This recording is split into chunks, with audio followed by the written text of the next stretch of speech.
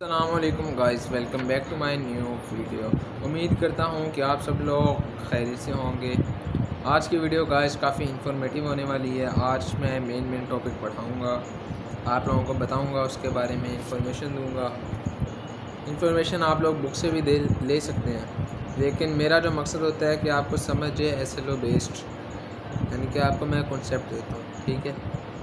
और आज का जो चैप्टर है वो है डाइफ्रैक्शन एंड इंटरफेरेंस के बारे में हम पहले पढ़ लेते हैं।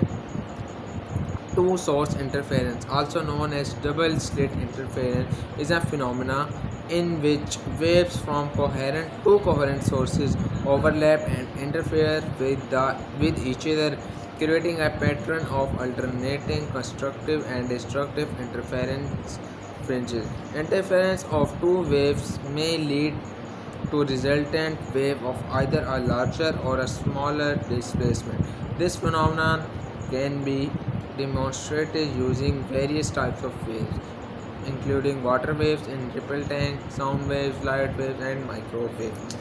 ये मैंने 7 एग्जांपल भी बता दी है, इसका यूज़ भी बता दिया है, इंटरफेरेंस के बारे में बता दिया। इसकी कुछ कंडीशंस हैं।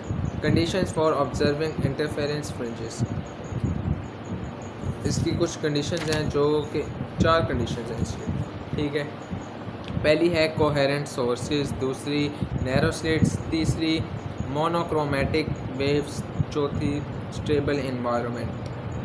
कोहेरेंट सोर्सेज के बारे में हम पहले पढ़ लेते हैं।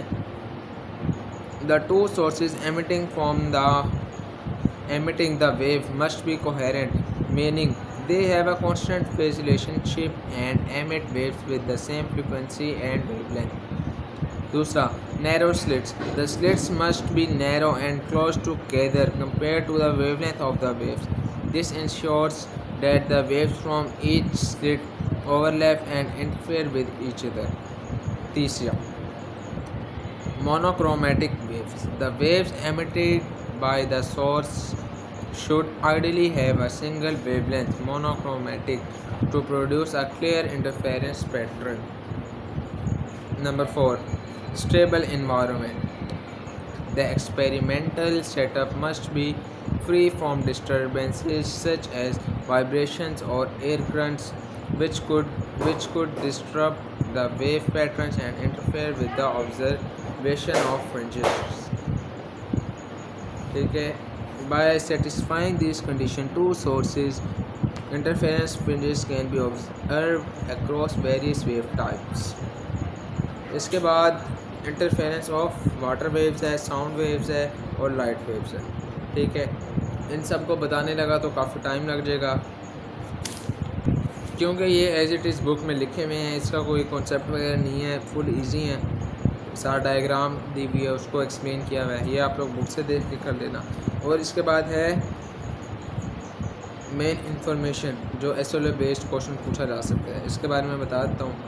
इन 1800s the nature of light waves was still in a topic of debate, with Christian Huygens proposing wave like behavior, Newton offering an alternative explanation for color and observable effects, ठीक है। इस पे Thomas Young's double slit experiment perform किया गया था इसी के लिए। इसके बाद एक छोटा टॉपिक आता है पाथ डिफरेंस, यानी कि किस वेव को कौन सा पाथ चाहिए मूव करने के लिए, ठीक है। The wave from slit S2 has to travel slightly larger than from one path. The difference in this is the path difference. When two waves interfere, the resultant wave depends on the phase difference between the two waves, which is proportional to the path difference between the waves, which can be expressed in terms of wavelength lambda of the wave. ठीक है guys, आज का जो topic है वो ख़त्म होता है। नेक्स्ट वीडियो में मैं आपको एक्सप्लेन से बता दूंगा, ये रिवाइज भी करवा दूंगा, ठीक है गाइस। मिलते हैं नेक्स्ट वीडियो में, तब तक के लिए अपना बहुत सारा ख्याल रखिएगा। अल्लाह हाफ़िज़।